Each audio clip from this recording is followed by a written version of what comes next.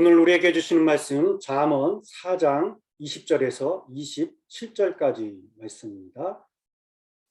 잠언 4장 20절에서 27절 저희들 한 절씩 읽도록 하겠습니다. 내 아들아, 내 말에 주의하며 내가 말하는 것에 내 귀를 기울이라. 그것을 내 눈에서 떠나게 하지 말라. 내 마음속에 지키라. 그것은 얻는 자에게 생명이 되며 그의 육체의 건강이 됨이니라. 모든 지킬 만한 것 중에 더욱 내 마음을 지키라. 생명의 근원이 이에서 남이니라. 구부러진 말을 내 입에서 버리며 삐뚤어진 말을 내 입술에서 멀리하라. 내 눈은 바로 보며 내 눈꺼풀은 내 앞을 곱게 살펴 내 발이 행할 길을 평탄하게 하며 내 모든 길을 든든히 하라. 좌로나 우로나 치우치지 말고 내 발을 악에서 떠나게 하라. 아멘. 오늘 우리에게 주시는 말씀입니다. 지경, 지혜와 경건을 넓히는 잠언의 말씀으로 하루의 시작을 깨우고 은혜를 나누고 있습니다. 잠언은 우리에게 우리가 하나님 앞에서 지혜롭고 경건하게 살아가는 방법, 지경을 넓혀주는 지혜를 주고 있습니다. 오늘 본문도 솔로몬 왕이 젊은 사람들을 교훈하는 내용으로 읽지는 않았지만 1절에서 9절은 자신이 젊은 시절에 가르침을 받았던 것을 기억하고 회상하면서 그 유익했던 것을 나누고 있습니다. 우리가 지금까지 나눴던 내용과 중복이 많이 되어서 후반부터 읽었는데요. 그리고 이어서 10절에서 19절까지 두 길에 대한 말씀과 그 길의 결과에 대해서 말씀하고 있습니다. 여러분, 세상에는 두 길이 있습니다. 지혜자의 길과 악한 자의 길. 성경은 이 두 길을 비교하면서 지혜자의 길이 얼마나 더 소중한가 강조하고 악한 자의 길이야말로 사람을 넘어뜨리고 멸망의 길로 인도하는 길임을 분명하게 우리에게 밝히고 있습니다. 사람은 누구나 길을 가고 있습니다. 자기가 의식을 하든 의식하지 못하든 암튼 길을 걸어가고 있습니다. 그런데 그 길은 여러 가지의 길이 아닌 단 두 가지 길뿐입니다. 생명의 길이 아니면 사망의 길, 축복의 길이 아니면 저주의 길, 좁은 길이 아니면 넓은 길, 의인의 길이 아니면 악인의 길이에요. 중립적인 노선은 없어요. 그러므로 우리는 이 두 가지 길 가운데 하나의 길을 선택해서 가야 합니다. 선택을 바로 해야 돼요. 왜냐? 그 선택 뒤에는 반드시 책임이 따릅니다. 그러므로 길을 선택할 때는 그 길의 끝이 어디인가를 정확하게 분별할 수 있고 판단하고 택해야 된다는 거예요. 에서 같은 사람은 배고픔을 못 이겨서 팥죽 한 그릇에 장자의 명분을 팔아버렸습니다. 나중에 후회했지만 때는 이미 늦었어요. 아브라함의 조카 롯은 눈에 보이는 것, 당장 유익만 보고 택하는 길, 그 길의 끝은 비참했습니다. 그런데 이것은 롯과 에서뿐만이 아닙니다. 오늘날 우리에도 이것이 옳으냐 저것이 옳으냐 그것이 아니라, 또는 선과 악 그리고 진리와 거짓이 아니라 당장 유익만 택했다가 우리가 손해를 입는 경우가 많이 있어요. 시편 1편에서도 두 갈래의 길에 인생길이 나옵니다. 복 있는 사람, 즉 의인의 길이 있고 악인의 길이 있어요. 그래서 복 있는 사람은 악인의 꾀를 쫓지 아니하고 죄인의 길에 서지 아니하고 오만한 자리에 앉지 아니한다. 이 사람은 여호와의 율법, 말씀을 즐거워하면서 그 율법을 주야로 묵상하는 사람입니다.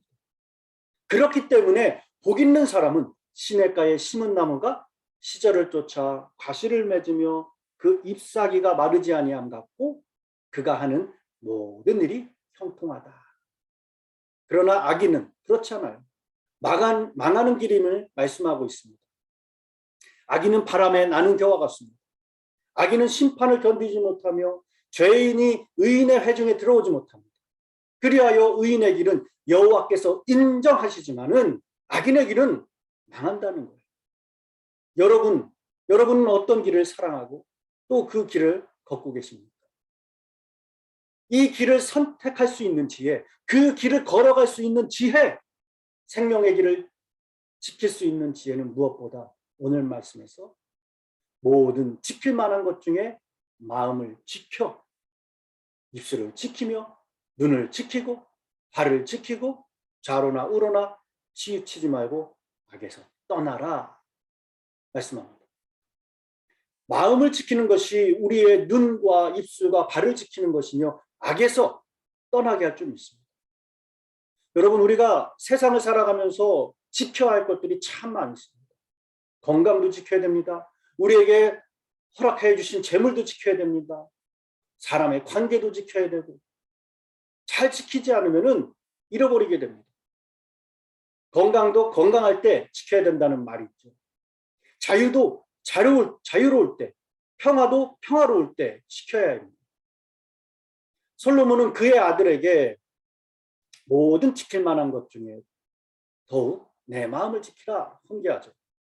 이는 자기의 마음을 지키는 것이 가장 중요하다는 거예요. 왜냐? 생명의 근원이 이에서 남이니라. 또 하나, 이것은 꼭 실행되어야 할 우리의 거룩한 책임이기 때문에 그렇습니다. 잠언에서만 해도 마음이라는 단어가 90회 이상이 나오고 있어요. 그만큼 얼마나 그 마음이 중요한가를 말해주고 있는 것입니다. 지키라, 보호하라는 거예요. 보존하라는 것입니다. 원래 마음이라는 이 말은 호두 속이라는 거예요. 호두 속. 부드러운 호두를 단단한 그 껍질이 안전하게 보호하고 있듯이 마음을 그렇게 단단하게 견고하게 잘 지키라는 거예요.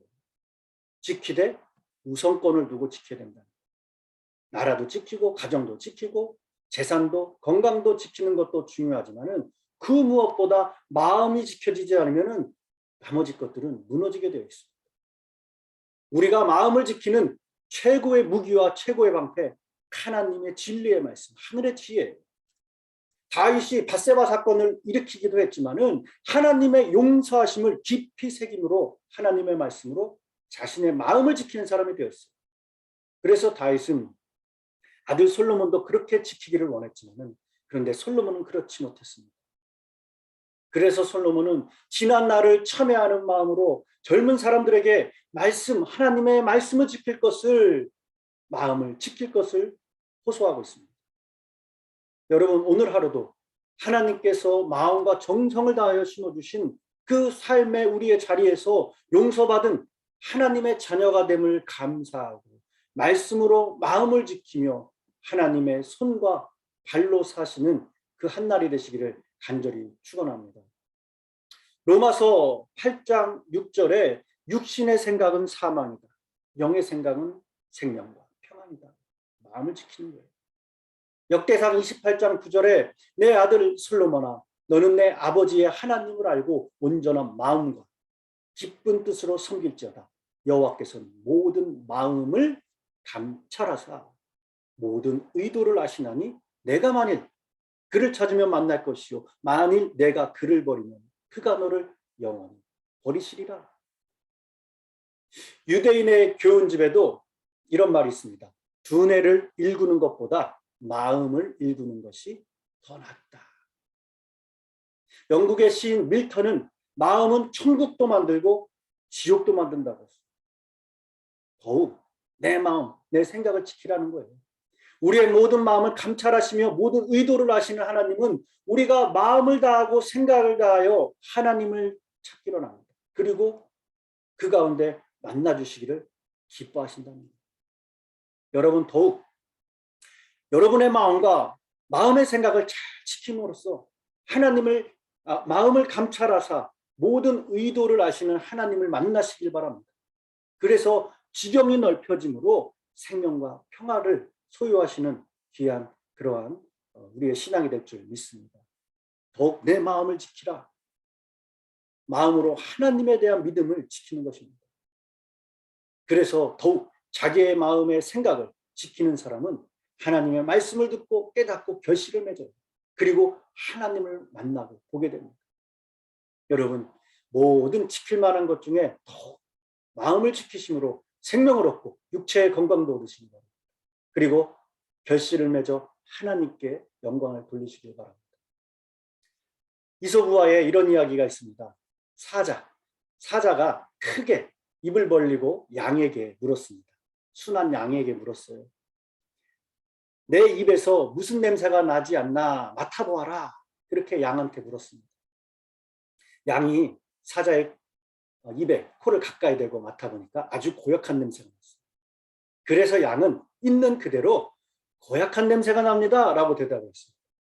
그러자 사자는 이런 버릇없는 놈이다 라고 하고 그 양을 잡아먹었습니다. 양은 정직했지만 어리석었던 거예요. 이번에는 사자가 똑같은 질문을 늑대에게 묻습니다. 눈치 빠른 늑대는 고개를 저으며 아무런 냄새도 나지 않습니다 라고 대답을 한 거예요. 그러자 사자는 자기 마음에 들려고 거짓말을 했다고 판단을 하고 늑대도 잡아먹었습니다. 늑대는 눈치는 빨랐지만 역시 어리석었습니다. 이번에는 사자가 여우에게 물었습니다.